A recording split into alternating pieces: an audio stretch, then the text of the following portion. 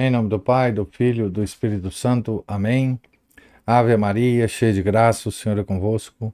Bendita sois vós entre as mulheres e bendito é o fruto do vosso ventre, Jesus. Santa Maria, Mãe de Deus, rogai por nós, pecadores, agora e na hora de nossa morte. Amém. São José, rogai por nós. São Felipe Neri, rogai por nós. São Bernardino de Sena, rogai por nós. Nossa Senhora de Fátima, rogai por nós. Em nome do Pai, do Filho, do Espírito Santo. Amém. Bom dia a todos. Nós estamos aqui na página 60 da biografia de São Bernardino de Sena, escrita por Paul Thiroux d'Anjam. Estamos na parte 5 do segundo capítulo, dedicado ao apostolado de São Bernardino de 1417 a 1427. Ao sair dos estados de Veneza, em princípio de 1424, tem um errinho aí no livro, está 1824, né?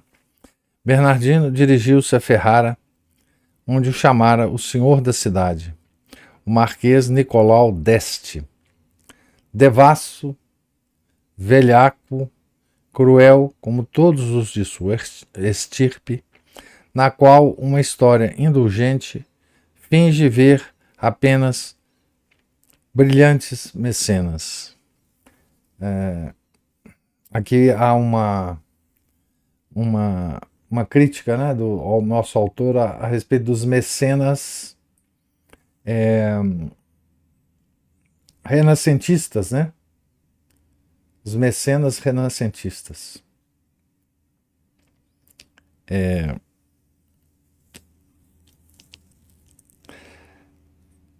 Ele diz que a história indulgente, né, finge ver nesses mecenas apenas nesses indivíduos, né, apenas brilhantes mecenas. Nicolau não hesitava mais que os seus antecessores em violentar o clero e ainda mais em corrompê-lo.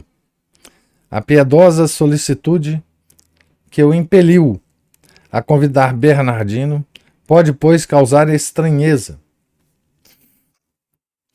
Não era ele o único príncipe dessa época, que, pouco devoto por conta própria, julgava prudente e político atenuar por meio de santas prédicas o efeito desmoralizador de seus exemplos.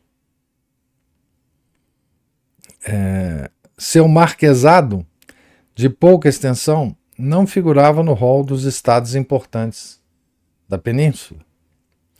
Sua capital, porém, a qual atribuíam então 100.000 habitantes, era célebre pelo luxo de sua corte, o brilho de suas festas, a elegância refinada de seus costumes, a suntuosidade de seus habitantes, a sofisticação, né?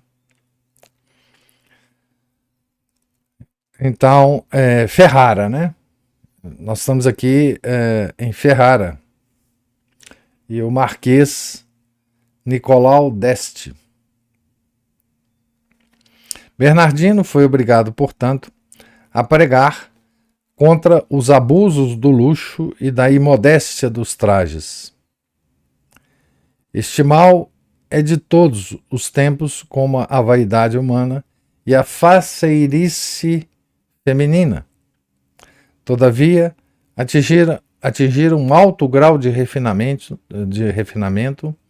nos últimos tempos da Idade Média. Era a reação da austeridade da época anterior. Então,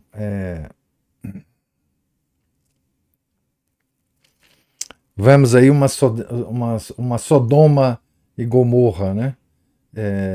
Medieval, ainda medieval, né?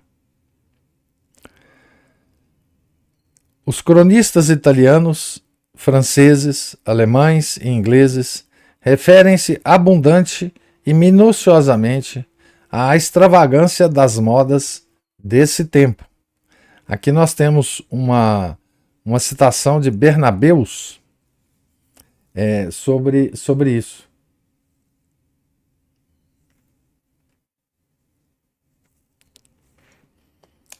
que diz: Ele honrou tanto o nome de nosso Senhor Jesus Cristo, que todo o povo de Veneza, tanto nos templos sagrados quanto nas casas particulares, pintou. Ah, não, peraí, deixa eu ver.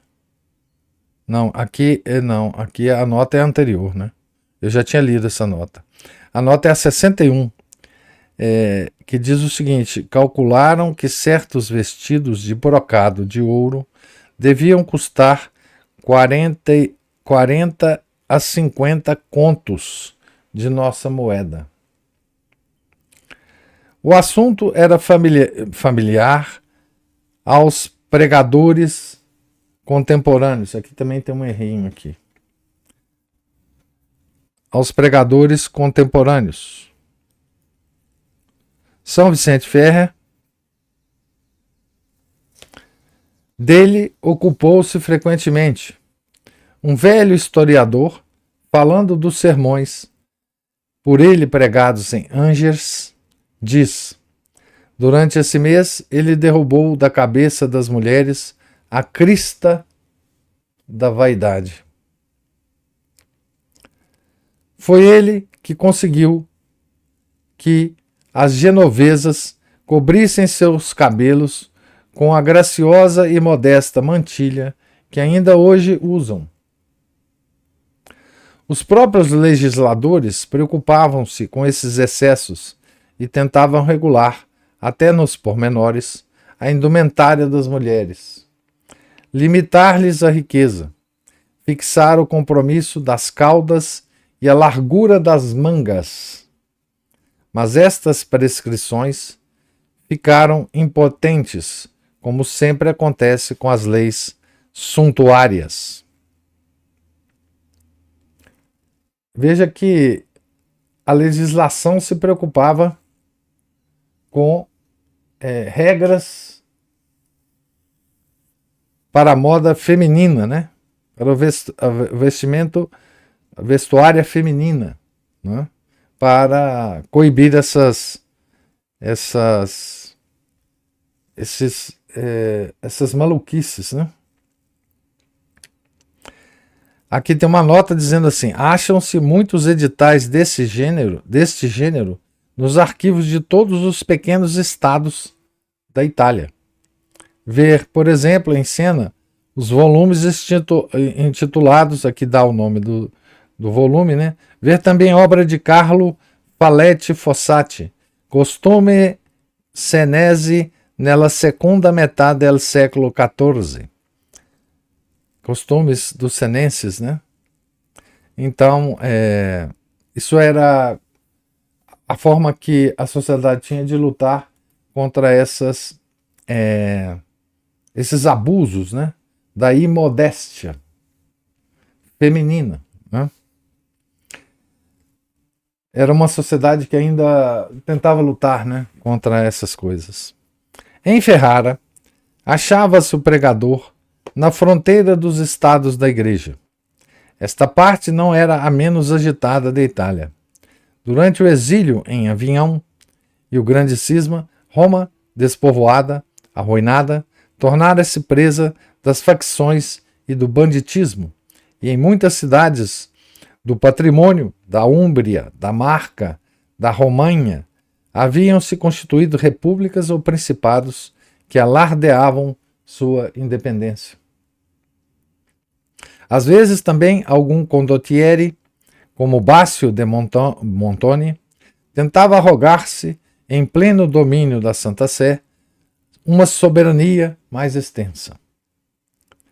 É desta época que Maquiavel devia, 100 anos mais tarde, escrever, abre aspas, outrora nenhum baronete era bastante pequeno para desprezar o poder do Papa.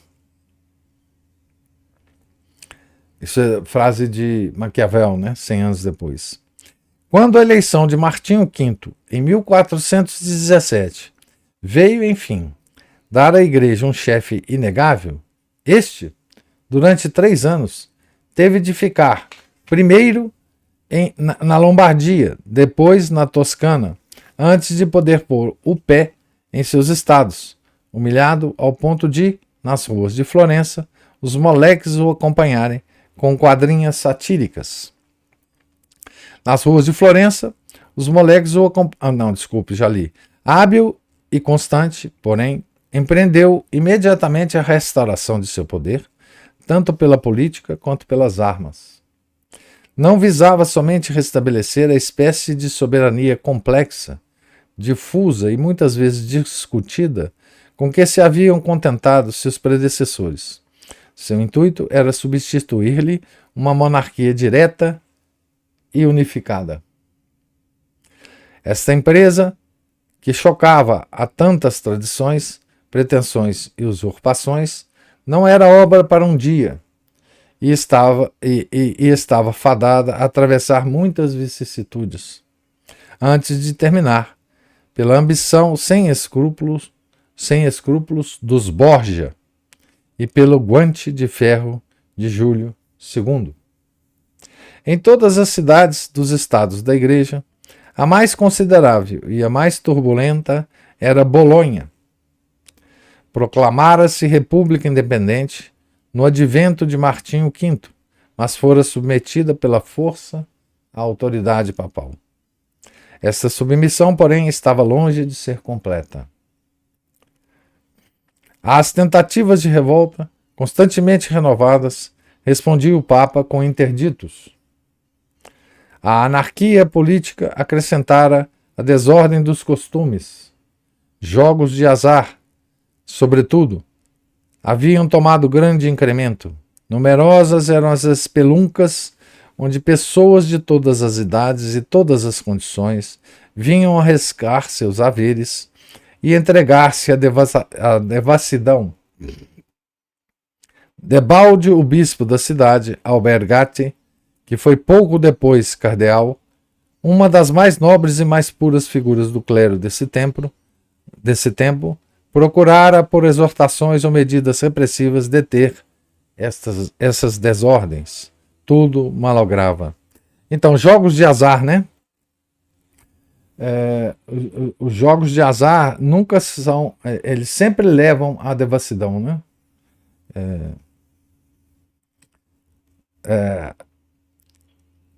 Curiosamente, né? Nós temos uma cidade símbolo desses jogos, né?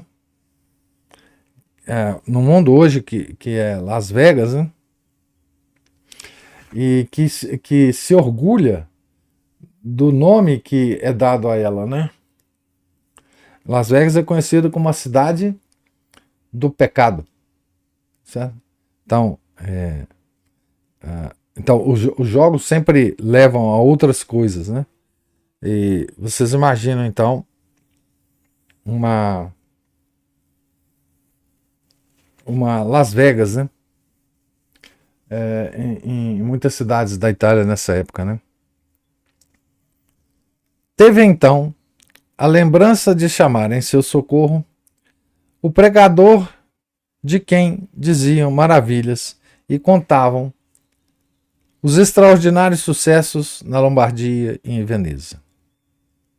Albergati. Bernardino atende ao chamado e comparece a uma entrevista com Albergati. Ele ministra todas as informações acerca do estado dos espíritos. Assim instruído, empreende a pregação da Quaresma de 1424. Conforme a sua tática habitual, e somente quando se vê senhor do auditório, é que Bernardino sai dos assuntos gerais e declara sua intenção de enfrentar a questão do jogo. A esse aviso, a multidão acorre tão densa que a vasta nave de São Petrônio é insuficiente e torna-se necessário transportar o púlpito para a praça. O orador fala tão ardorosamente que o seu discurso atinge o patético. Só um minutinho aqui, gente, que eu vou fazer uma pequena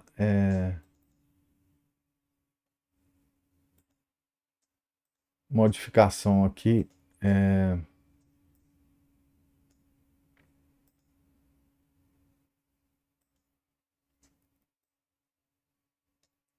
porque antes estava nublado, agora está com sol. Nós temos que ajustar aqui o brilho do negócio.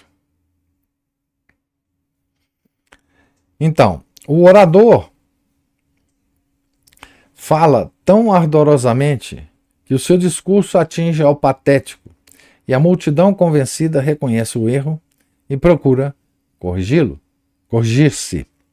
Nos últimos dias da quaresma, os jogadores arrependidos vêm, um a um, trazer-lhe os seus apetrechos de jogo.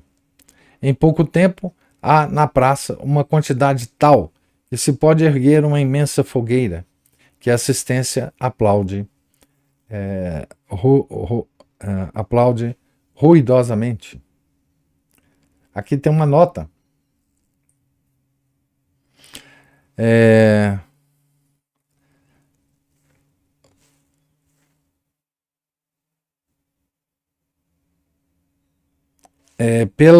Aqui começa populo ipso approbante, né?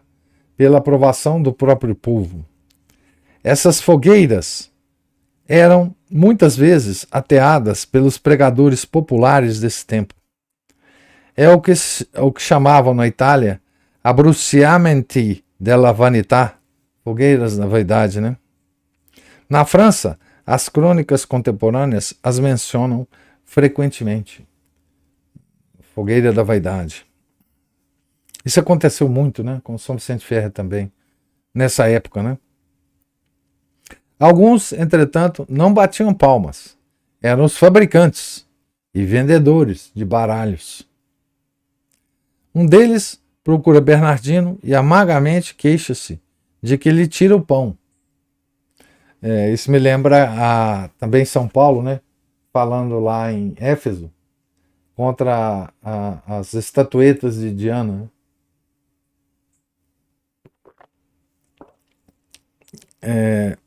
Os fabricantes das estatuetas não foram falar com São Paulo, não, né? Eles tentaram foi matá-lo, né?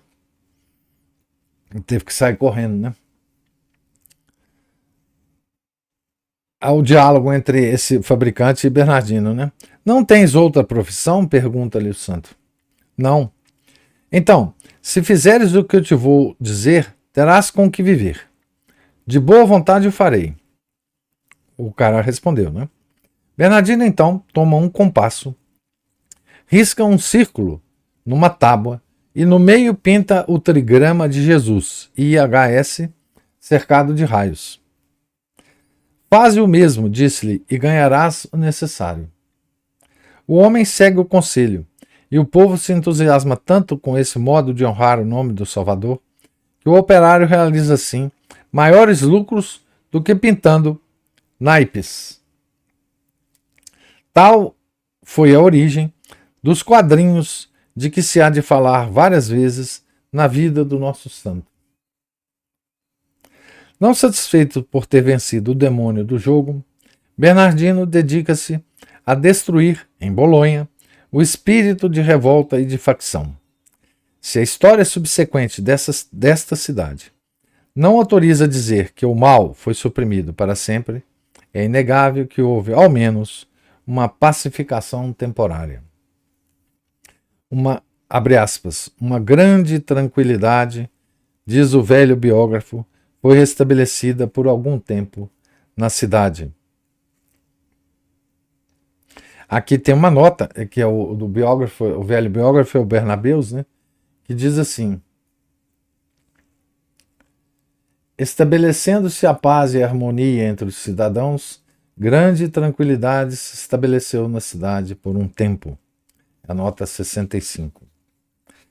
Então, aqui nós terminamos o item 5 do capítulo, né?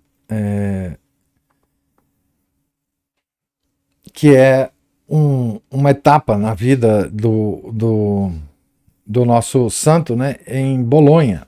E aqui nós vemos claramente, né, que o poder que São Bernardino tinha e era reconhecido por todos, né? O poder de suas pregações, né? Então, mesmo príncipes, né? Líderes políticos, né? Duques, enfim, devassos, obviamente, né? Como é esse Nicolau d'Este, né? De Ferrara. Velhar, porque aqui a descrição do autor não deixa dúvida, né? Devasso, velhaco, cruel, como todos de sua estirpe. Tá certo? Nicolau não hesitava mais que os seus antecessores em violentar o clero e mais ainda corrompê-lo. Então, essa pessoa chama Bernardino. Mas o que essa pessoa vê em Bernardino é apenas um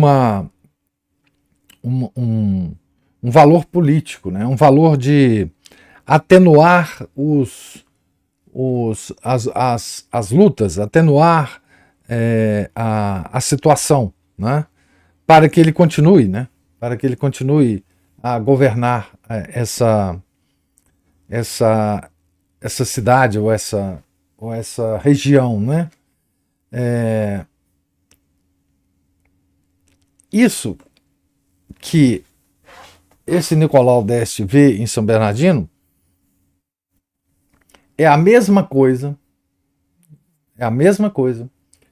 que os conservadores, os tais conservadores, principalmente aqueles ligados à influência inglesa, né? Ligadas a Edmund Burke ou aquele que morreu, Roger Scruton, ou enfim, aqueles tais conservadores que querem conservar os valores do passado, que foram criados, né? Valores do passado que eles falam são os valores da Igreja Católica, mas eles nunca mencionam a Igreja Católica, né? Mas eles não veem isso como como valor de verdade, né? Como valor de você tem que conservar isso para salvar a sua alma. Esses conservadores, discípulos dos quais nós temos muitos aqui no Brasil e no mundo inteiro, né? Eles consideram que esses valores apaziguam a civilização, apaziguam o governo. Eles veem nesses valores apenas. Eles veem nessa doutrina do conservadorismo de valores ocidentais, né, da civilização ocidental, porque hoje também tem essa expressão, né, para não falar de Igreja Católica, eles inventam opção de expressão, né? Então eles veem essa coisa apenas como um valor utilitário, quer dizer, é útil para que a gente governe, que o povo tenha esses valores, né? O Olavo de Carvalho tinha uma frase muito engraçada que ele falava assim: o capitalismo só funciona numa sociedade com valores cristãos, tá certo? Se você tirar os valores cristãos da sociedade, o capitalismo não é que ele não funcione, né? Ele se torna um capitalismo selvagem. Então, valores cristãos passam a ser uma utilidade para que o capitalismo funcione bem, não é isso? Para que ele funcione bem. Então, aqui, esses príncipes, esses duques, esses barões ou barões? Não, barões, né? Eles só veem nesses. Em São Bernardino, por exemplo, apenas um valor utilitário, né? A minha cidade está um pouco confusa, está havendo muita arruaça, etc. Eu vou chamar São Bernardino para ele dar um jeito aqui nesse povo, acalmar um pouco esse povo, né? Com valores cristãos, né? Com comportamentos cristãos. Então, isso é tão velho, né? Quer dizer, a gente pensa que isso é novo, né? Isso é moderno, mas isso é muito velho, né? Então, não estou dizendo que não houvesse, né? pessoas bem intencionadas, como parece ser esse cardeal que chamou São Bernardino lá para o bispo Albergati, né, que depois se tornou cardeal aqui pela informação do autor, né? Enfim, mas São Bernardino ia, e São Bernardino provavelmente devia saber disso, né? Mas ele ia porque ele, indo, ia fazer o papel que Nosso Senhor Jesus Cristo deu a ele, né? De conversão, de arrependimento das pessoas, né? Essas próprias fogueiras da vaidade, né? Provam que as pessoas se arrependiam, né? Naquele momento, enfim, faziam a correção da vida e mudavam de vida, mesmo que depois voltasse às práticas anteriores, né? Tá certo? Então,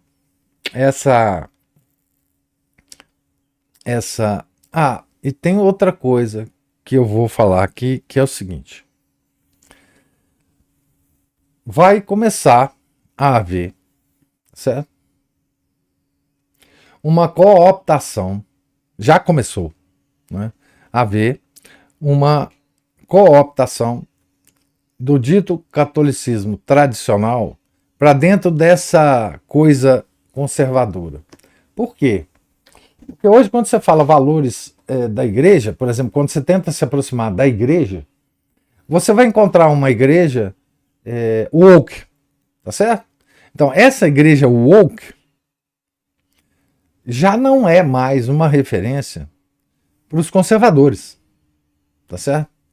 Essa igreja woke já não dá mais para, pelo menos por agora, conservar os conservadores olharem para os valores dessa igreja woke, que se transformou, infelizmente, a igreja católica visível, né? Mas essa igreja woke não dá mais para você usá-la como fundamento de qualquer tipo de doutrina de organização social e política. Então, o que restou da igreja foi a igreja de sempre, a igreja dos católicos tradicionais, não é isso? Então é para essa que se vão voltar aqueles tais conservadores que querem fazer alguma coisa em relação ao mundo diferente do que está sendo feito. Então essa vai ser a igreja de referência para esses conservadores, né? Um exemplo disso, já antigo, né, foi quando esses tais conservadores ingleses viram que a missa tridentina ia ser proibida pelo Papa Paulo VI. Então fizeram aquele manifesto, aquele abaixo-assinado dos intelectuais ingleses pedindo a preservação da missa de sempre lá na Inglaterra, né? E nesse documento que eles escreveram, eu já falei sobre isso para vocês, já dei palestra sobre isso, mas no documento desses conservadores ingleses, o argumento principal era que a missa era um bem cultural da humanidade. Não era que a missa era verdadeira, que a missa significava verdadeiro sacrifício do Nosso Senhor, que a missa era a forma com que Deus quer ser adorado, é a verdadeira forma de adoração a Deus. Nada disso aparece no documento. No documento aparece apenas que a missa de sempre, é um bem cultural da humanidade. Sob essa missa surgiram as grandes obras de arte da humanidade. Sob essa missa surgiu o canto gregoriano, surgiram não sei o que, parará, tá certo? Então, essa é a visão, quer dizer, os conservadores daquela época, isso foi em 70, 71, já viam que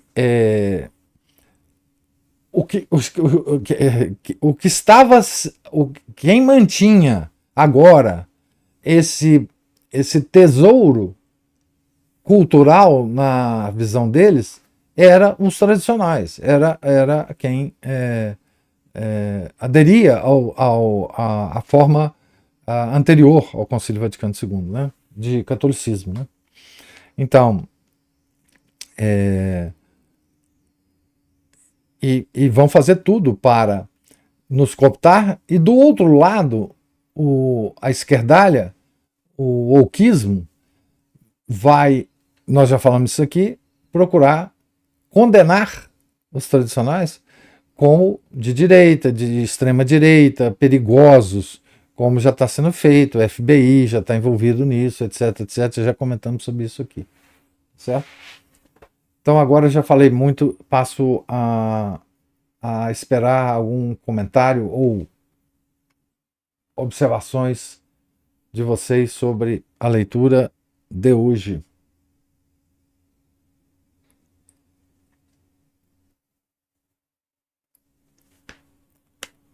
Márcio. Sim, Cristina. A loucura tá tamanho vai ficar pior. Vai.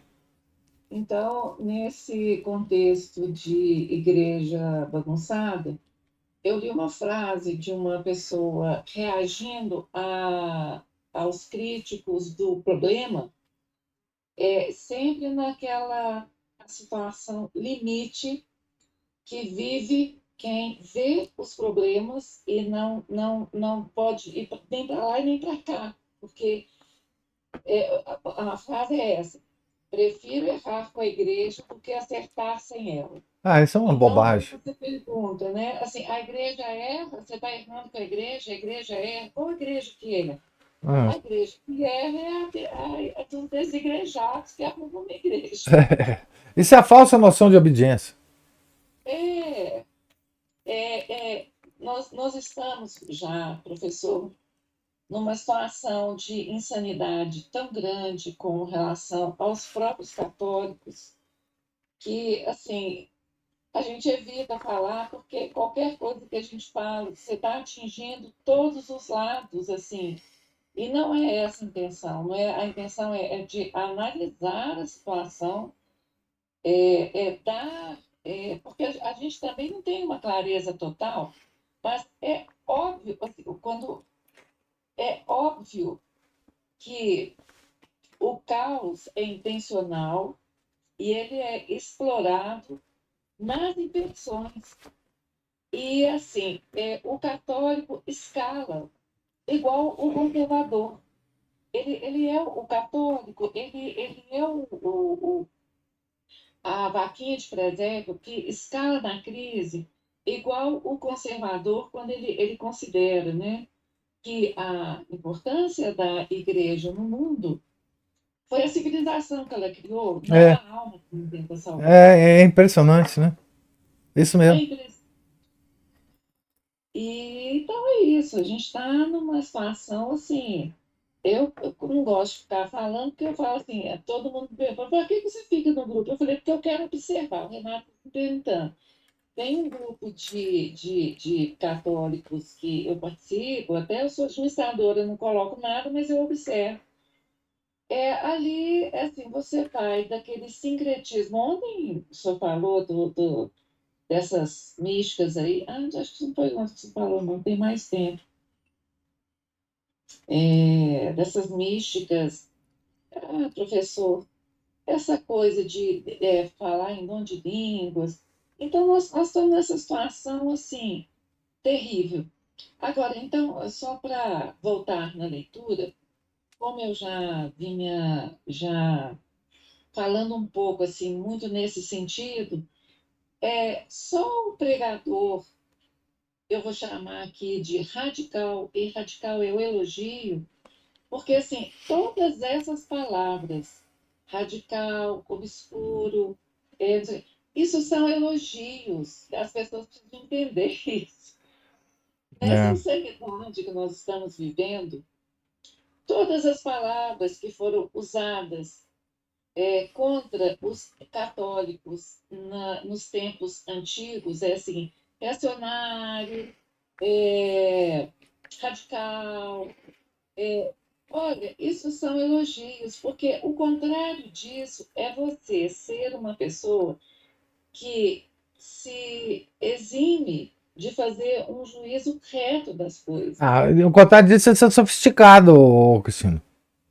Ah, pois É é, ser gourmet, é ser é. sofisticado. Nós, nós não somos sofisticados, infelizmente. Ou então se ri também, né, professor? Tá, tô numa boa, sem ler, sem documento, deixa viver, deixa para lá, faz de qualquer jeito. Exatamente, existe uma sofisticação É, né, em todos esses movimentos modernos, né? ué. Olha, larga isso para lá, eu sou cabeça fria. Nossa, mas você é muito preocupado, você é muito. É. Né? Eu falo assim, nós temos uma situação de insegurança. Você veja bem, na própria leitura de hoje, quando é tratada a questão do vestir, do código de vestimenta, professor, isso é de uma controvérsia, Ah, porque hoje então é é, impressionante. nós vamos esbarrar sempre, sempre, sempre. Eu acho que é isso que o mal explora de maneira assim profunda. Quando você fala de um código de vestimenta, você está dizendo que existe uma uniformização das coisas. E o que o ser humano menos aceita, assim, é que se trate da vida dele sob o ponto de vista do regramento, Ah, é, não claro. é? Então, assim, e aí, qual que é a exploração que existe Meu corpo, minhas regras, não é assim? no meu corpo, minhas regras? E, ao mesmo tempo, quando nós falamos assim, existe uma regra, um código, existe um código externo de vestir. Aí nós vamos, de novo, entrar no. Mas não adianta só você parecer, você tem que ser. Bom, você tem que ser, o ser tem que aparecer também no seu comportamento, que aí você começa a descer em níveis de subjetividade, não é? Aí no comportamento entram também novas regras, novos códigos, novas. É o que a gente está sempre debatendo aqui, É, né? mas o ser o fato de o ser tem que aparecer, né? Porque senão ninguém o vê, né? Mas o ser, quando ele aparece, ele aparece, vamos Então dizer não assim. importa só ser, enfim, porque ele tem que aparecer de uma forma qualquer no mundo, né? Pois é. E olha, saímos do código do vestir para o código do se comportar, Assim, né? é claro, mesmo jeito, é. Mesma É coisa. outra forma de ser no mundo, né? Você se veste, você se comporta, você fala, você escuta. É assim que o ser humano é no mundo, né? Agora, outro dia, há 3 dias aí, eu falei de um probleminha que aconteceu na escola do meu filho, que aquilo me despertou para o problema. O que era o problema? Dentro de uma sala de aula, uma criança, a coisa mais boboca da paróquia, assim, da galáxia. O menino conversar com o outro e o professor pedir silêncio, o menino sentar corretamente numa cadeira. Professor, isso é motivo para tirar um professor do colégio. Não apenas isso, mas a coisa escala a partir desta pequena coisa, que é ter uma coluna ereta numa carteira de escola e prestar atenção no professor. É, Que coisa mais básica isso, não é não? é. Que coisa mais elementar. É razoável um pai, uma autoridade, as autoridades que cuidam das crianças, elas brigarem entre si se uma criança deve ou não deve assentar com a coluna reta de frente para um professor e não ficar atrapalhando a aula conversando? Os adultos não tinham que saber isso? É. Foi com ele. Então, assim, olha o nível de insanidade que nós estamos vendo, vamos voltando aqui para a questão da igreja, né? Disso que o senhor disse, de como essa crise woke será aproveitada, né, para bagunçar ainda mais, Já tá, né? já tá, vai nas pequenas coisas, nesses pequenos detalhes, nas pequenas falas que as pessoas têm, morrem de medo de falar assim, por exemplo, eu não aceito escrever ou ler uma palavra que esteja invertida com o E, né? Sim. Para não mostrar o gênero. São pequenas coisas que a Tem a gente letra precisa. do hino nacional agora, ué. Ah, não diga. Toda modificada. Ué. Toda em linguagem. Em suma, que eu acho assim, é uma luta em glória que não adianta a gente pensar assim, nós vamos enfrentá-la numa escala maior Não. se a gente enfrentá-la numa escala menor na nossa própria vida. É. Claro que a gente não vai sair por aí brigando com a vizinhança, xingando todo mundo e exigindo de tudo, mas há uma atitude pessoal diante disso que assim, é preciso que a gente assuma, que a gente tenha isso, que não, sabe, assim, é isso, mais ou menos, professor. Pelo menos. Sem falar, Pra... falando muito, mas sem falar muita coisa. Não, mas pelo menos eu entendi o que você falou. Pelo menos para preservar o nosso ser, né? Quer dizer, a gente não pode, enfim, aceitar isso, né? Pelo menos para a preservação nossa, né? Terrível mesmo. O Márcio mandou um comentário aqui, ó. Vivemos no Renascimento 4.0 mesmo. Toda sorte de vícios e atividades antissociais, no sentido de corrosão do tecido social, como antagonistas da igreja. Conservadorismo é uma forma de domar o povo e facilitar o governo político e economicamente, talvez socialmente, um pouco de ordem e organização secular, mas nada visando ao bem comum, temporal ou a maior glória de Deus e a salvação das almas no âmbito espiritual. Gostei da origem da expressão fogueira das vaidades. Outra vaidade é a pose de bom comportamento tradicional. Um neofarisaísmo, tradicionais na igreja e sem seguir tradições católicas na vida prática e nos deveres de Estado. Preciso restaurar várias dessas tradições. Há olheiros do FBI até no nosso meio. Sim, você já me disse isso. É impressionante isso, viu?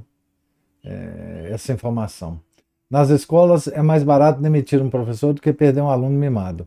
Isso ajuda a corroer a autoridade e as boas normas de convivência e do cumprimento dos deveres de Estado. Isso ajuda a criar marginais e pessoas abusivas. Isso aí é claríssimo, né? Hoje, eu imagino que as escolas particulares hoje todas têm um código de comportamento do professor que deve engessar qualquer tipo de chamada de atenção que o professor possa fazer ao aluno. E hoje todo mundo se ofende, né? Imagina se ofender um aluno. Deve ser terrível ser professor hoje. Assim, principalmente de ensino fundamental e médio, né? Na universidade é terrível por outras razões, né? Mas na minha época eu lembro que essas coisas eram muito tranquilas, né? Enfim, no meu início de carreira e ao longo da minha carreira, só nos últimos momentos a coisa ficou pior. Mas eu lembro que a gente tratava aluno como o aluno deve ser tratado, né? Tinha uns alunos que eu dava aula muito cedo, eles chegavam e começavam a dormir, né? Então eu acordava eles com uma gizada na testa, né? Eu pegava um giz, antigamente era giz, né, gente? Ou então parava a aula e falava assim: olha, eu tô achando que eu tô atrapalhando o colega de vocês, o sono do colega de vocês, eu vou ficar parado aqui até que ele acorde. Aí os próprios colegas acordavam o meliante, né? Mas, enfim, na universidade pelo menos havia um certo respeito, né? Uma certa regra não escrita de conduta. Mas eu imagino nesses colégios hoje, todo mundo woke, né? todo mundo com cabelo roxo e com transgênero para lá, para cá, e com professores provavelmente transgêneros também, né? Então, assim, eu não. Isso aí para mim é uma coisa de maluco. Não conseguiria viver um minuto nesse negócio. Ana Paula ou Márcio levantou a mão aí. Eu sou eu. Realmente é o seguinte, os pais eles têm aquela. É o fruto da podridão moral dos pais. Querem que a escola dê um jeito no filho deles, que eles mesmos não dão um jeito. Eles se omitem, negligenciam a criação dos filhos e acham que a escola vai ensinar a pessoa a virar gente. E nós, né, nossos professores estamos lá para ensinar a nossa matéria. Né? Claro que se a gente tiver de ensinar as pessoas a de estudo, ter o melhor comportamento em salas, né? Colaborar com a ordem do local e tal, respeito à autoridade, respeito aos colegas e tudo mais, a gente vai fazer, se os pais permitirem, porque quem manda na escola são os pais, porque eles pagam, né? Como diz aquela. Um quadro de humor que, aliás, é muito antipático. Fala assim, eu estou pagando, então quer dizer, a pessoa já está pagando, ela comprou no mercado de escravos, né? Então, os próprios pais pressionam as escolas, agora que o pessoal da escola, né, o professor, começa a endurecer o jogo com o aluno, né, os próprios pais pressionam a escola para pressionar os professores a soltar o laço. Né? E aí acaba virando essa desordem toda, e as escolas também são muito. Coordenadores, diretores, muitos professores também são influenciados por essas modinhas ideológicas. São todos woke hoje em dia, não tem. Doido. Tem um dia que mulher tem que andar, tem que chegar vestido de homem, homem chegar vestido de mulher. E o aluno falando um negócio dele, falou que eu não vou na escola desse dia. Você não vai mesmo, não. Ué. Né? Tem um negócio de pijama também, não é? Tal de pijama. Outro dia eu vi um negócio de cabelo, né? De penteado. Cabelo maluco. Isso. Mais esquisito. Quer dizer, toda bizarrice, toda esquisitice vale. Né? Mas coisas boas. Por exemplo, um dia vestido de santo não vale. Não vale. Na verdade, na escola, mesmo no ensino médio, até a faculdade, virou uma espécie de jardim de infância, né? As pessoas têm todo comportamento esquisito, possível, nem estímulo para poder ter um ambiente sério de estudo, em paz, harmonia, né? Porque o estudo só consegue ser bem sucedido quando você tem um ambiente em que você possa se concentrar com atenção em algo, poder estudar, poder raciocinar com calma. Com agitação, com distração. Mas aí você será um homem livre. Um homem dono da sua cabeça. E isso não dá, né? Se alguma pessoa quiser levantar a cabeça contra isso, então ele vai ser um homem livre, vai estar liberado para empreender na rua. Porque é muito mais barato mandar um professor embora, porque as escolas também são todas picaretas, elas anotam na carteira nossa valor X, pagam muito mais, mas na hora de fazer o acerto, eles querem pagar o valorzinho X de churuca que eles registraram. Ué. É barato para eles. Não tem respeito nenhum. Eu lembro que até no final do século passado, eles tratavam a pessoa com certo respeito, consideração, agradeciam a gente pelo bom trabalho feito e tal. E depois, quando o sistema ficou completamente capitalista mesmo, sistema de franquias, qualquer Zé Ruelo aí, truculento com dinheiro para comprar uma franquia, podia se tornar um dono da escola dos idiomas, né? Mesmo nas escolas particulares, segue mais ou menos isso. O professor, o faxineiro, passou a ter melhor tratado que o professor. Porque o faxineiro é mais permanente na escola do que o professor. Claro. Porque o professor vai e volta. O faxineiro, ele fica lá, ué. E outra, a escola tem que ter tudo direitinho, tem que ter limpinho. A secretária tem que ser bonitinha, agradável, a entrada tem que ser sutuosa, dá uma impressão. Porque o brasileiro é um povo muito vaidoso, muito bobo, né, professor? Se deixa levar muito fácil pelas aparências, ele fica por ali. Por isso que a gente volta lá no São Bernardino, né? A fogueira das vaidades, as aparências, as bobeiras. Isso é uma forma de vida, vamos dizer assim, efeminada. Como eu disse, mandei para o senhor aquele texto, né? Simplesmente o que acontece? O estilo de vida, de pensar, de agir efeminado toma conta. Não só das mulheres, mas dos homens também. Não, principalmente dos homens. Principalmente dos homens, exatamente. mais chocante, quer dizer, a pessoa fica impressionada com aquilo, enquanto a única preocupação que tem que ter é assim, cara, o que eu vou ter aqui exatamente em qualidade de estudo, de boas aulas? Não, basta ser todo mundo bonitinho, professorinha limpinha, gatinha, e o feiozão aqui pega as bombas, né? Mas explodiu o colo, assim, essa bomba explodiu no seu colo 10 segundos, se vira. Por isso que eu arrumei emprego nos lugares, né? Porque eu vi as bombas, virava tropa de choque e os filhazinhos ficavam com o pessoal bonitinho, o pessoal outro, o pessoal amiguinho da coordenação e tudo mais. E os pais não têm noção disso, ou se tem, eles compactuam com isso de uma forma muito torta, né? Quer dizer, um vício leva ao outro e fica essa cabeça. É acordo de mediocridade, né? Como é que a gente fala? De mediocridade. Por isso que quem pensa hoje alguma coisa vai chegar à conclusão de que se você mantiver os seus filhos fora da escola, mesmo que ele vá trabalhar na agricultura, ele vai ser muito melhor do que qualquer um que vai ser instruído por essa escola. Ele não precisa aprender nada, ele nem lê, ele precisa aprender. Ele vai ficar melhor. Entendeu? É uma coisa que eu falo pro pessoal. Tem que ter convivência social. Eu falo para pessoas que assim, olha, experiência de décadas de escola, e olha lá que a minha sala de aula é muito menos mal comportada do que em escolas que tem 30, 40 alunos por sala. A escola é um dos piores lugares para a juventude e para a infância que existe. Só perde, talvez, o baile funk e a boca de fumo. Né? Mas são todos os tipos de maus comportamentos que eles assimilam mais do que a matéria ensinada e começam a imitar aquilo.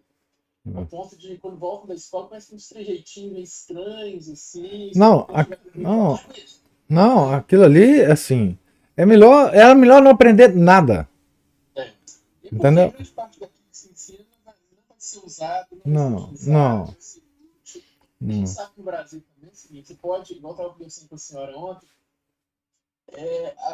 você conseguir algum emprego, uma atividade assim, é como se fosse, se a gente comparasse no jogo de futebol, você joga, faz jogadas brilhantes, mas elas batem na trave.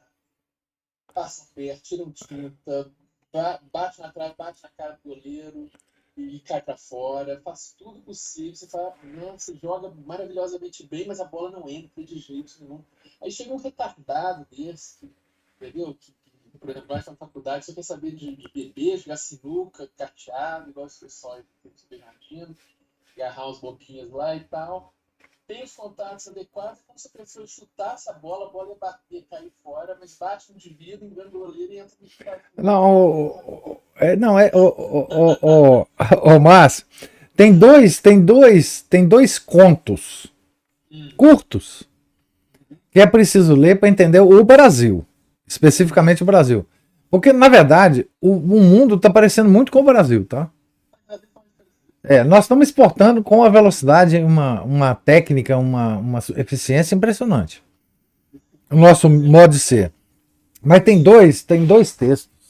Um do Machado de Assis e o outro do Lima Barreto. E para mim, assim, se você ler esse texto com atenção, você vai entender o Brasil todo. Não precisa ler sociólogo brasileiro, não precisa ler nada. Não precisa ler Darcy Ribeiro ou aquele outro lá do Casa Grande Senzala, Gilberto Freire. Não precisa ler historiador, não precisa ler nada. A teoria do medalhão, do Machado de Assis. E o homem que falava javanês, do Lima Barreto. Não precisa mais ler nada. Nada. Então, assim, o Brasil é um país, inclusive, é bom para o que nós estamos resolvendo, conversando. No Brasil, para você dar certo, você não precisa estudar, você não precisa nem ir para a escola. Esse aqui é impressionante no Brasil. Nada aqui no Brasil funciona como o esperado, não. Então, hoje eu vejo cada vez mais assim, que uma família que tem alguma coisa na cabeça não vai pôr os filhos na escola, mas é de jeito nenhum. Assim, não põe mesmo. Porque se por colocar, vai se perder, né? E é engraçado, há uns 6, 8 anos atrás, quando eu comecei a falar sobre isso, eu considerava o seguinte: olha, o menino passa do ensino fundamental e médio, e quando vai para a universidade, ele se perde. Porque a universidade é aquele negócio. Não, hoje não. Hoje, se ele for para o ensino fundamental e médio, ele já se perdeu. Ele já entra na universidade perdido. Né? Então, não é a universidade que vai perder o rapaz ou a moça, a garota. É o ensino fundamental e médio mesmo. Não tem coré-coré, infelizmente.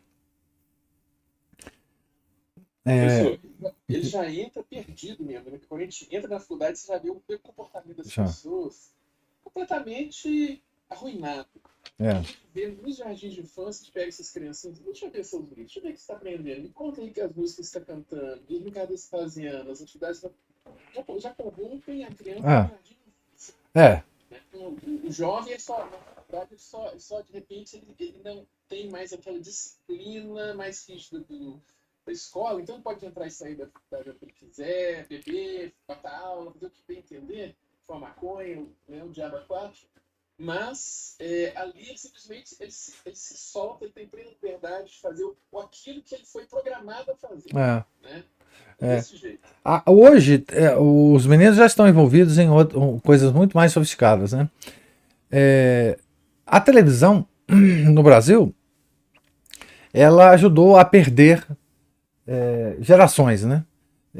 Desde a década de 80 em diante, a Xuxa e as imitadoras dela fizeram as gerações se perderem, né?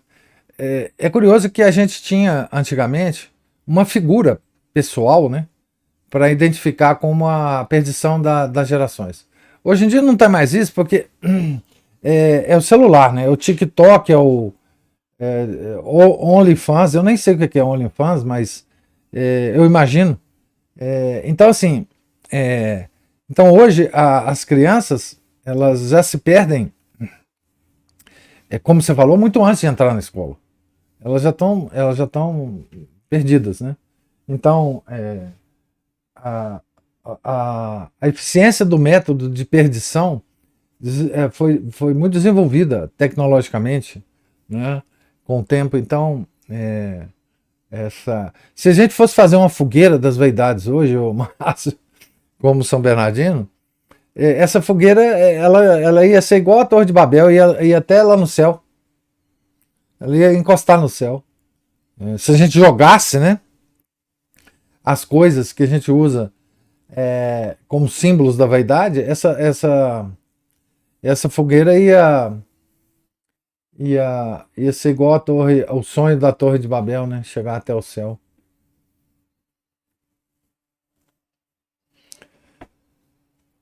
Pois é. Mais alguma observação? Eu ia falar só o seguinte, professor, que o problema é que já vem de casa, né? O senhor o senhor insiste com a gente desde que o senhor começou com essas palestras, formou uma associação, de que é preciso uma formação de pais.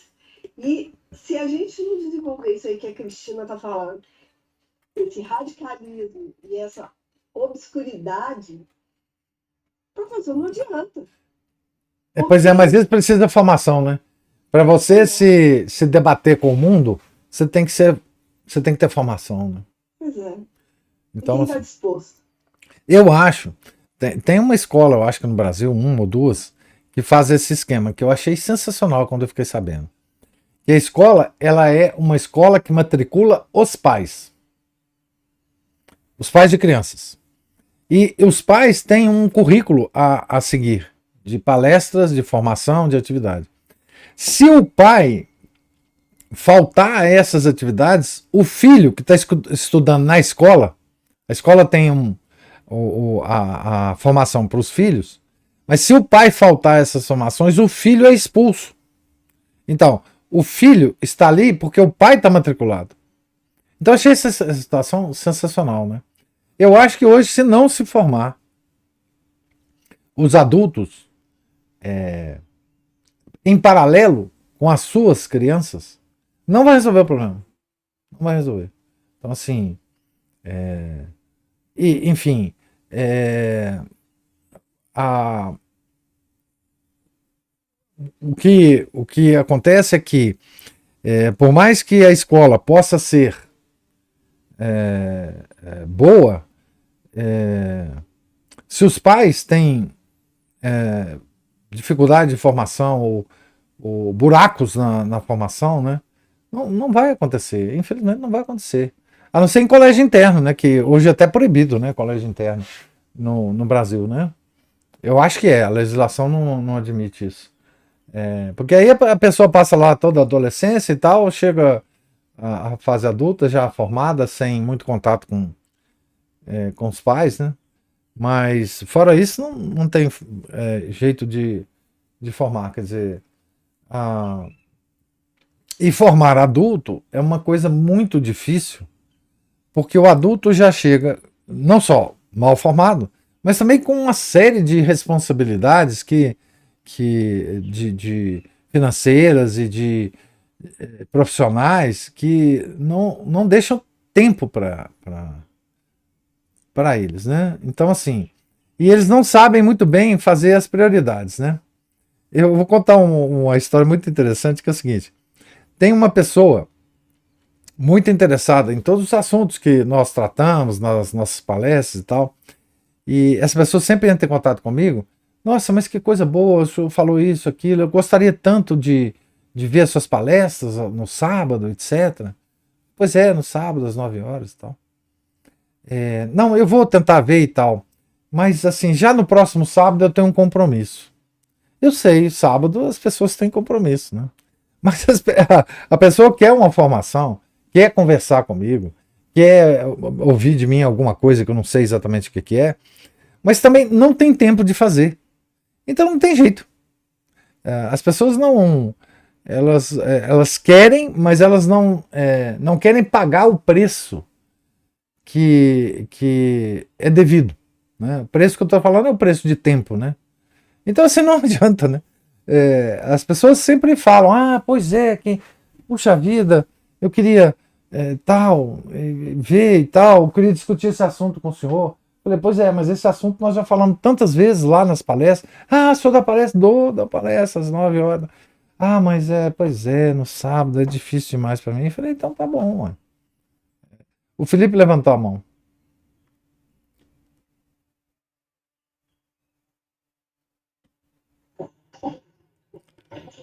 Professor, o senhor fez um comentário aí sobre a frequência hoje, né? Que é melhor não frequentar a escola, né? Do que frequentar. Eu lembro uma vez o professor lá falou uma coisa semelhante. Ele falou assim, ó, mais no mercado editorial, né? Os livros. Hoje ainda tem alguma coisa, né? Tá surgindo, mas do jeito que tá a literatura, assim, os livros disponíveis, né? É preferível não saber ler e ficar sem alfabetizar, porque aí você não vai ter contato com esse tipo de coisa. E assim, é verdade isso. Mas também aí vai em encontro com, né, por exemplo, se a pessoa não tem uma profissão, enfim, é difícil, né, esse assunto. Não estou sugerindo que não vá para a escola, estou dizendo assim, ou que não se faça um tipo de formação profissional e tal. Porque formação profissional você pode conseguir de forma mais ou menos no Brasil tudo é mais fácil, né, Felipe? Assim. Não, sim. A gente vê o pessoal do interior aí que às vezes não é que é analfabeto, mas a pessoa mas ela tem trabalho, ela se vira, ela faz serviço. Agora, fica mais limitado com a coisa da automatização, enfim, as máquinas.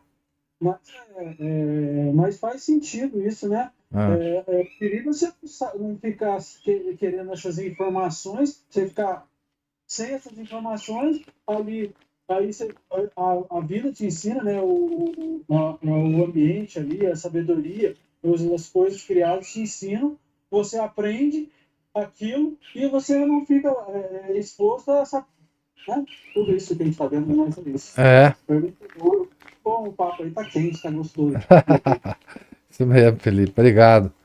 Não, é isso mesmo, assim, a gente tem que, enfim, analisar bem, né? Os pais têm que analisar bem a situação de cada família, né? Para decidir, mas é uma coisa muito difícil. Sim, Cristina. Não, na verdade, assim, quando a gente está falando, parece que a nossa fala, estou falando no meu caso, né? Mas é mais hiperbólica, vamos dizer assim, porque tudo que a gente fala nesse âmbito, ele é bastante complexo e existem nuances que você ignora para dar uma sentença, como eu sempre falo, hiperbólica, É, no sentido de mais de um enfrentamento, de uma realidade. Eu chamo atenção para, como eu citei, né, o caso que eu vivenciei, a minha experiência, o que me deixa sempre chocada é o fato, o que me deixava, é o fato dos pais assentirem aos absurdos, não é? Pontualmente, não é possível que haja uma divergência entre as autoridades para as crianças, porque os adultos, em geral, são as autoridades para as crianças. é. São os adultos, em geral, Em geral, que é isso mesmo. ensinam as crianças. Não é possível divergirem em coisa tão boba, em coisa tão elementar, em coisa tão simples, É. como a que eu citei. E isso acontece o tempo inteiro. Então, professor, quando eu falo assim que é preciso subir nos telhados, não é uma atitude nem de reação, nem não de reação, de, digamos, com nenhum traço mínimo de revolução ou de enfrentamento. É apenas no sentido de que, já que nós não podemos fazer nada, porque essa é a minha visão, tá, professor? Eu acho que a gente vai sempre, nós podemos fazer, como o senhor sempre diz, no nosso pequeno âmbito, na nossa pequena situação, mais íntima, cotidiana, de dentro de casa. As famílias, cada uma vai tentar sobreviver, porque é o que eu vejo, assim, na minha própria vida, é tudo muito difícil, difícil demais.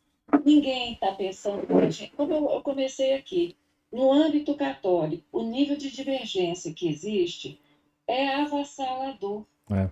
é avassalador. Então, assim, nós estamos aqui falando da vida dos santos. Ontem a Ana Paula falou uma coisa muito interessante. É bom demais a gente, de manhã cedo, ler sobre a vida de um santo, porque isso está tão assim, perdido no mundo. A santidade, com esse tipo de enfrentamento, porque o que que São Bernardino está enfrentando? A mesma coisa que nós temos A hoje. mesma coisa. A mesma coisa, não é?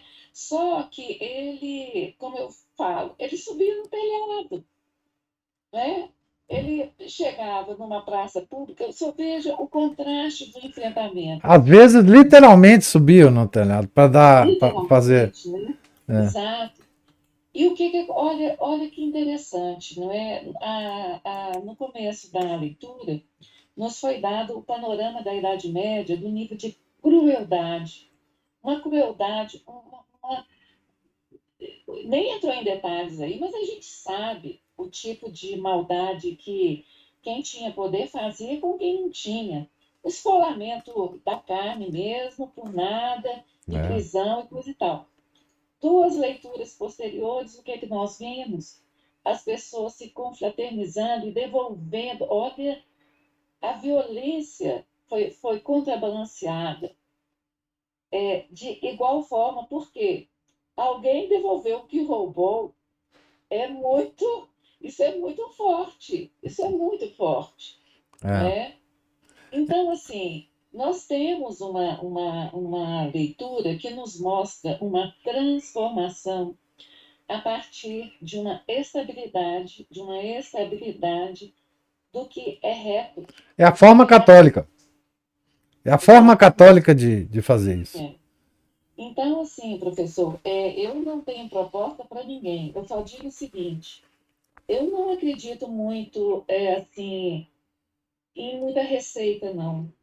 Eu só acho que a gente precisa, na medida em que observa que as pessoas estão falando uma coisa errada ou pensando uma coisa errada, do ponto de vista católico, é óbvio, né? Porque ter razão social, civil, para que isso? Né? Politicamente correto não serve para nada. É a gente manter a integridade primeiro dentro da gente. No mínimo, se você tiver que falar sobre isso, fale com retidão. Fale com retidão. Não é? Porque, assim, o exemplo que a gente pode dar minimamente é não assentir, pelo menos em Isso. pensamento e verbalmente, porque assim, não há mais como enfrentar Essa turba. Não há. essa que eu estou falando. E eu, assim, em relação à escola, aí é a minha opinião. Durante muito tempo, eu lamentei muito chegar atrasada em tudo. Lamentei durante anos, mas como que pode, tal. E de repente eu pensei assim, gente, mas eu estava vivendo, eu estava lutando, eu estava, né, tentando fazer o melhor que eu podia fazer. E hoje eu chego à conclusão que o mundo é esse que está aí, os nossos filhos vão enfrentar esse mundo que está aí, eles vão fazer parte das corporações que estão aí, não tem mais mato para fugir, tá? Esse pessoal que fala de sobrevivência, outro dia eu vi um rapaz, eu vou ler, o Daniel, não sei o que, lá no professor Marcelo Andrade, ele falando de sobrevivência, que tem um pessoal lá de Utah, não sei o que. Sobrevivencialismo, Bom, se essa catástrofe que eles estão achando que vai acontecer, porque eu não acho, eu não sou partidário de catástrofe nenhuma, eu acho que essa mornidão de brejo vai andando aí, como sempre foi, mais rápido, mais rápido, mais rápido, mais rápido. Mas digamos que fosse acontecer uma catástrofe. Olha, Deus vai escolher as pessoas não porque elas armazenaram comida no porão, ou porque foram morar em Utah, ou porque. Então, assim, tudo que está vendendo na rede, para mim, é só comércio. Então, sobrevivencialismo também é comércio.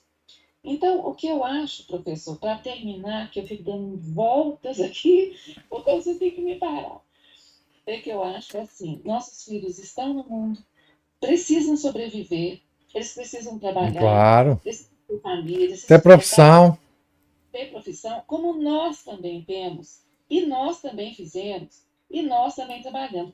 Agora, dentro, na seara da nossa possibilidade de pai e mãe, dentro de casa, nas pequenas coisas da casa, do comportamento interno da casa, é que eles terão parâmetro, é o que antigamente falava, né? Serão vacinados, contando também com a graça de Deus para não perderem suas almas, porque é só isso que importa. Agora, não perder a alma, aí já vem a graça de nosso Senhor. Então, não é coisa que está na nossa alçada também, tanto assim, não é? É coisa que já sai um pouco, porque a gente tem essa obrigação mesmo de pai e mãe, de dar aos nossos filhos o ensinamento católico, né, do catecismo católico. Mas nós não conseguimos, eu estou falando como pai e mãe, a gente não consegue enfrentar isso tudo. É preciso ter conhecimento, porque assim, se nós não ouvirmos essa leitura, nós ficamos completamente perdidos. Se nós não conseguimos fazer o juízo das coisas, a gente fica completamente perdido. É claro. Então, assim, nós precisamos desse ensinamento. mas precisamos também ter uma noção de limite da nossa possibilidade de ação. Você está certíssimo. Está certíssimo. Não adianta, nós não vamos mudar, nós não vamos enfrentar isoladamente o mundo que está aí, não. Né? Assim, nós sempre estaremos sob julgo de uma mão, né, poderosa que está tentando controlar o mundo e nós, a única coisa que nós temos, né, é aquele negócio, né, Adigitório Nostro in nomine Domini, qui fecit cielo e terra. Nosso auxílio está no nome do Senhor que fez o céu e a terra. Então, assim, nós temos que nos pôr sob o jugo de Deus e fazer o que nós podemos fazer aqui. Não tem outro jeito. O mundo sempre foi assim, inclusive, né? Os poderosos sempre quiseram controlar todo mundo e nunca conseguiram, efetivamente, né? Por mais poder que eles tinham, por mais máquina que eles tinham, né? E isso está acontecendo agora, enfim, né? E nós temos que lutar contra isso com as armas que a gente pode e com o auxílio de Deus, né? Porque só ele consegue enfrentar, né? Ele e a mãe dele, né? Consegue nos ajudar a sair dessa marafunda, né? O mundo está doido demais, nossa senhora. Aliás, hoje à noite nós vamos discutir sobre a loucura do mundo. Um pouco. Um bate-papo lá na nossa associação. Mais alguma observação, algum comentário? Professor, só para terminar, eu só queria dizer é difícil a ficha da gente cair de que tudo isso que a gente estuda, na verdade, isso aqui é uma escola de nos colocarmos nas mãos de Deus. Isso, sobre né? Até a gente entender isso, não é mesmo? Porque a gente vem de um longo caminho confiando nas nossas próprias forças, nas forças políticas. Nossa Senhora. E até que a gente entenda que a partir do momento que você vai se colocando nas mãos de Deus, e é sempre muito paradoxal isso, porque a gente tem que entender o mundo que a gente está para a gente se colocar nas mãos de Deus. Porque nós somos revolucionários franceses. Então nós temos que tirar isso da nossa cara. Isso está arraigado demais, gente, né? No sangue. No sangue. Não. Agora é a hora de Deus. Agora é a hora de eu tomar as rédeas das coisas. Não é assim, né? Sempre é hora de Deus, né? Sempre é a hora de Deus. Digitório Nostro em nome de Domini. Isso aí é um versículo de um salmo, né? E que a gente tem que repetir, né? Nosso auxílio está no nome do Senhor que fez o céu e a terra. Inclusive, assim, ele designa o Senhor sob o qual nós estamos, sob o jugo do qual nós estamos, né? É aquele que fez o céu e a terra. Entendeu? É esse que nós devemos nos colocar sob o jugo. Então, assim,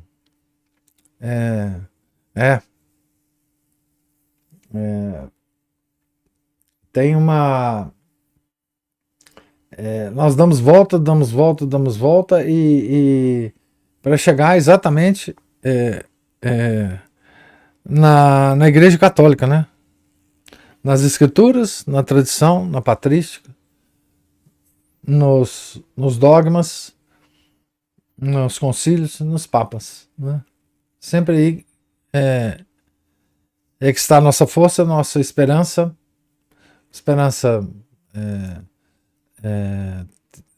com virtude teologal, né? Porque a esperança nos homens a gente não deve ter, né? Então nós temos que pouco a pouco nos desvestir essa veste de revolucionário que nós temos, né? O Cristiano estava falando.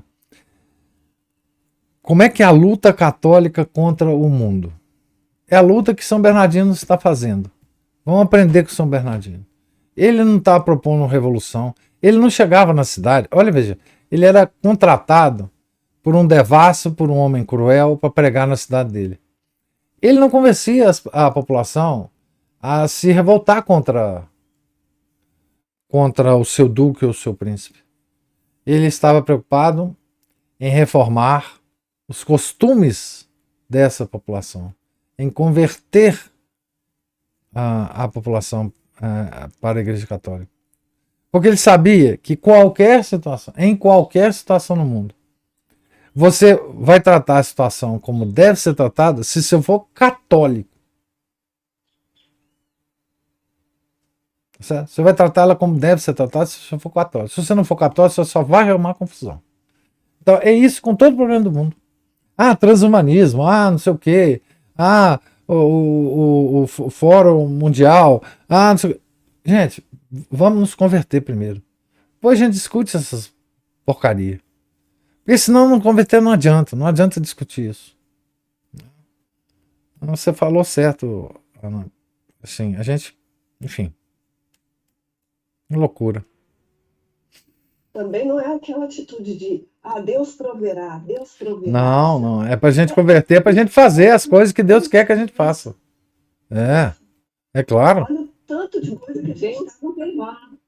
Mas nós também temos que falar, né, professor? Sim.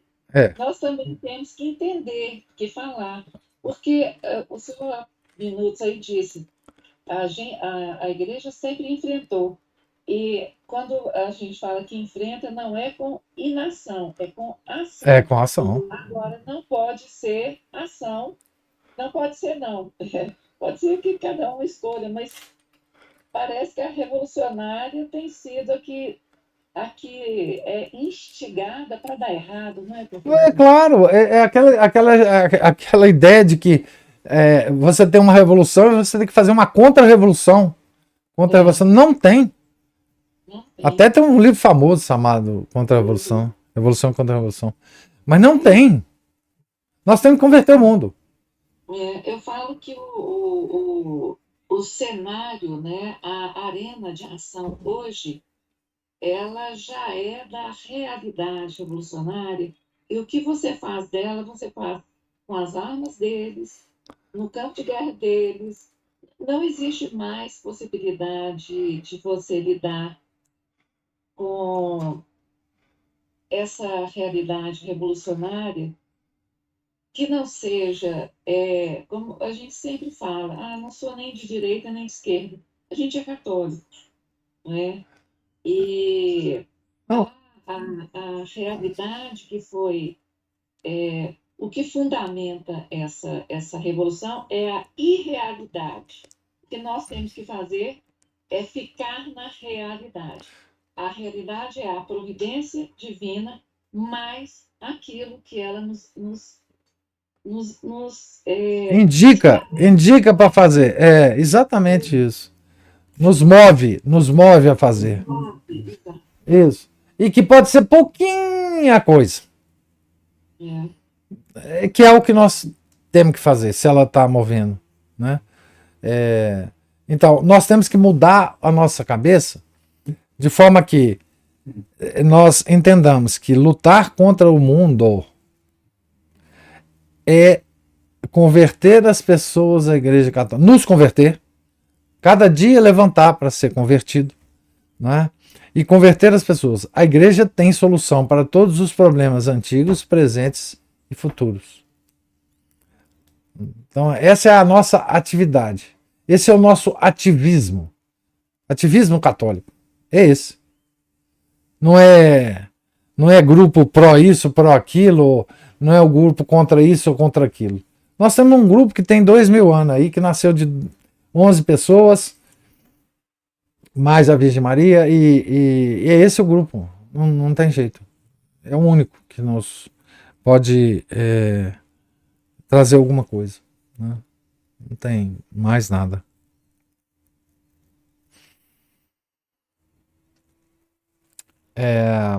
Então, mais algum comentário? Então, Deus lhes pague a presença, a paciência, os comentários, observações. Fiquem todos com Deus, tenham um santo dia e um santo final de semana. Em nome do Pai, do Filho e do Espírito Santo. Amém. Ave Maria, cheia de graça, o Senhor é convosco. Bendita sois vós entre as mulheres, e bendito é o fruto do vosso ventre, Jesus. Santa Maria, Mãe de Deus, rogai por nós, pecadores, agora e na hora de nossa morte. Amém. São José, rogai por nós. São Felipe Neri, rogai por nós. São Bernardino de Sena, rogai por nós. Nossa Senhora de Fátima, rogai por nós. Em nome do Pai, do Filho, do Espírito Santo. Amém.